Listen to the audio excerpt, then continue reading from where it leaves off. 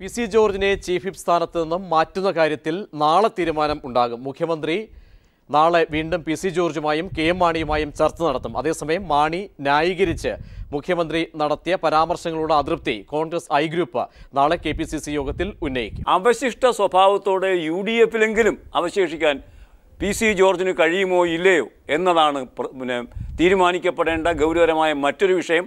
അതുപോലെ തന്നെ അക്കാര്യത്തിൽ വിട്ടുവീഴ്ചയില്ലെന്ന് മാണിയും പറയും. ഇതാണല്ലോ മാണിയും പി.സി. ജോർജിനുള്ള വൈരുദ്ധ്യത്തിൻ്റെ പ്രശ്നം. ഇതിനിടയിൽ സമവായ രൂപീകരണത്തിന് ഇപ്പോഴും മിനക്കെട്ട് ഉറക്കമുളച്ചിരിക്കുകയാണ് അഴിമതി കഥകൾക്ക് മുഴുവൻ നേതൃത്വം കൊടുക്കുന്ന നമ്മുടെ മുഖ്യമന്ത്രി. ഇതാണിപ്പോഴുള്ള അവസ്ഥ. ഇക്കാര്യത്തിൽ പി.സി. ജോർജിൻ്റെ ഏറ്റവും പുതിയ പ്രസ്താവന നിങ്ങൾ തന്നെ നിങ്ങളുടെ ചാനൽ തന്നെ പുറത്തേക്ക് വിട്ടുകൊണ്ടിരിക്കുന്നു. അഴിമതിക്കാരെ കൽത്തുറുങ്കിൽ അടയ്ക്കണം എന്ന് പറഞ്ഞാൽ കെ.എം. മാണിയെ കൽത്തുറുങ്കിൽ അടയ്ക്കണമെന്നാണ് ഉദ്ദേശിക്കുന്നത്. അഴിമതി നടത്തിയവരെ സംരക്ഷിക്കണമെന്ന് പറയുന്നവരെയും കൽത്തുറുങ്കിൽ അടയ്ക്കണം എന്ന് പറഞ്ഞാൽ ഉമ്മൻചാണ്ടിയും കൽത്തുറുങ്കിൽ അടയ്ക്കണം പറയണ്ട. ഞാൻ കേട്ടിട്ടില്ല UDF-ലാർക്കും ഈ കാര്യത്തിൽ സംശയം എന്തെങ്കിലും ഉണ്ടോ എന്നുള്ളത്. ഇപ്പൊ മാണി സാർ തന്നെ പി.സി. ജോർജിനെ UDF നിന്ന് പുറത്താക്കണം എന്ന് ആവശ്യപ്പെട്ടിട്ടില്ല. അദ്ദേഹം ചീഫ് വിപ്പ് സ്ഥാനത്ത് നിന്ന് പുറത്താക്കാനാണ് പറഞ്ഞത്. അതിനെ സംബന്ധിച്ച് വളരെ വ്യക്തമായ ചർച്ചകൾ ബഹുമാനപ്പെട്ട മുഖ്യമന്ത്രി UDF-ന്റെ ചെയർമാൻ എന്നുള്ള നിലക്കാണ് അദ്ദേഹത്തിന് കത്ത് കൊടുത്തത്. അത് എല്ലാവരുമായിട്ട് ചർച്ച നടത്തി അവരുടെയൊക്കെ അഭിപ്രായങ്ങൾ രൂപീകരിച്ചിട്ടുണ്ടാവും. അത് സംബന്ധിച്ച് താമസിയാതെ തന്നെ ഉടനെ തീരുമാനം ഉണ്ടാവും എന്ന് അദ്ദേഹം പറഞ്ഞിട്ടുണ്ട്. തീരുമാനം വരട്ടെ. പറഞ്ഞതുപോലെ എന്തായാലും UDF-ൽ തുടരും. അത് തന്നെയാണ് ഒരുപക്ഷെ ആളുകൾക്ക് ഇത് ആഗ്രഹിക്കുന്നവർക്കൊക്കെ ഒരു പരിധിവരെ അവരും ആഗ്രഹിക്കുന്നുണ്ട്. ഒരുപക്ഷെ ഐ ഗ്രൂപ്പ് അടക്കം മാണി അടക്കം ആഗ്രഹിക്കുന്നതും ആ രീതിയിലാണ്. പക്ഷേ എത്ര നാൾ ആ ഒരു ചോദ്യമൊക്കെ ബാക്കിയാകുന്നുണ്ട്. സമവാക്യങ്ങൾ മാറും.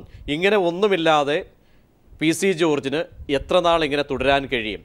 ഒരു രാഷ്ട്രീയ ദിശയിൽ പരിശോധിച്ചാൽ എങ്ങനെയായിരിക്കും കാര്യങ്ങൾ പുരോഗമിക്കുക?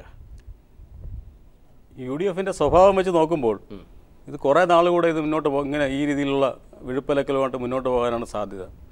കാരണം ഇപ്പോൾ മിക്കവാറും നാളെ ഒരു താൽക്കാലിക വെടിനിർത്തൽ ഉണ്ടാകാൻ സാധ്യത ഞാൻ കാണുന്നു. അതെ, അത് 20-ാം തീയതി രാജ്യസഭാ തിരഞ്ഞെടുപ്പ് കഴിയുന്നത് വരെയുള്ള താൽക്കാലിക വെടിനിർത്തലാണ്. അത് കഴിഞ്ഞ് വീണ്ടും കുറേ വെടിയൊക്കെ അങ്ങോട്ടും ഇങ്ങോട്ടും പുകയും ഒക്കെ കൊണ്ട് കുറച്ചു ദിവസം കൂടി മുന്നോട്ട് പോകാൻ സാധ്യതയുണ്ട്. ഇപ്പം പി.സി. ജോർജ് ആയാലും മാണി ആയാലും ഇപ്പോൾ എടുത്തിരിക്കുന്ന നിലപാട് അങ്ങനെ ഒരു കടുത്ത നിലപാടാണെന്ന് പറയാൻ പറ്റത്തില്ല.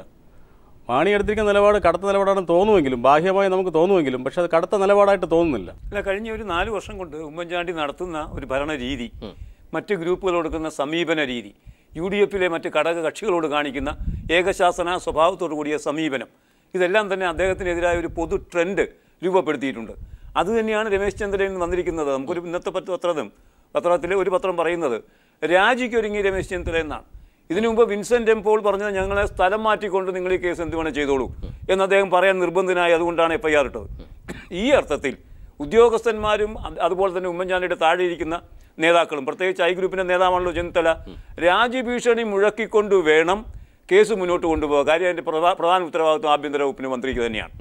ഇത്തരമൊരു സാഹചര്യത്തിൽ രമേശ് ചെന്നിത്തലയും ഉമ്മൻചാണ്ടിയും തമ്മിൽ ഒരു സമരസം രൂപപ്പെടുക അത്ര എളുപ്പമുള്ള കാര്യമല്ല. ഗവൺമെൻറ് ചീഫ് വിപ്പ് സ്ഥാനം പോയതുകൊണ്ടോ UDF-ൽ ഇനി പി.സി. ജോർജിനെ അംഗമാക്കിയില്ലെങ്കിലോ എന്ന് വിചാരിച്ചുകൊണ്ട് ഒരു ഭയപ്പാടോടുകൂടി മുന്നോട്ട് നീങ്ങുന്ന ആളല്ല പി.സി. ജോർജ്. പി.സി. ജോർജിന്റെ ഭയമല്ല, പി.സി. ജോർജിനല്ല ഭയം, പി.സി. ജോർജിനെ ഭയപ്പെടുന്നവരുടെ കാര്യം. അത് വരട്ടെ ഞാൻ പറയാം. ഇപ്പം പി.സി. ജോർജ് എടുത്തിരിക്കുന്ന നയമെന്ന് പറയുന്നത് അഴിമതിക്കെതിരെ പോരാടുക എന്നുള്ളതാണ്.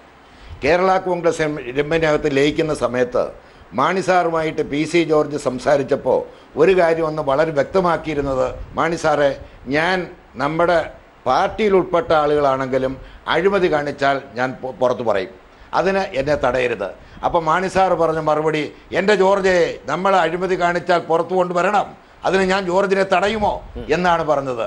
അങ്ങനെ പറഞ്ഞ മാണി സാറാണോ ഇന്ന് ഈ നിലപാടെടുത്തിരിക്കുന്നത്?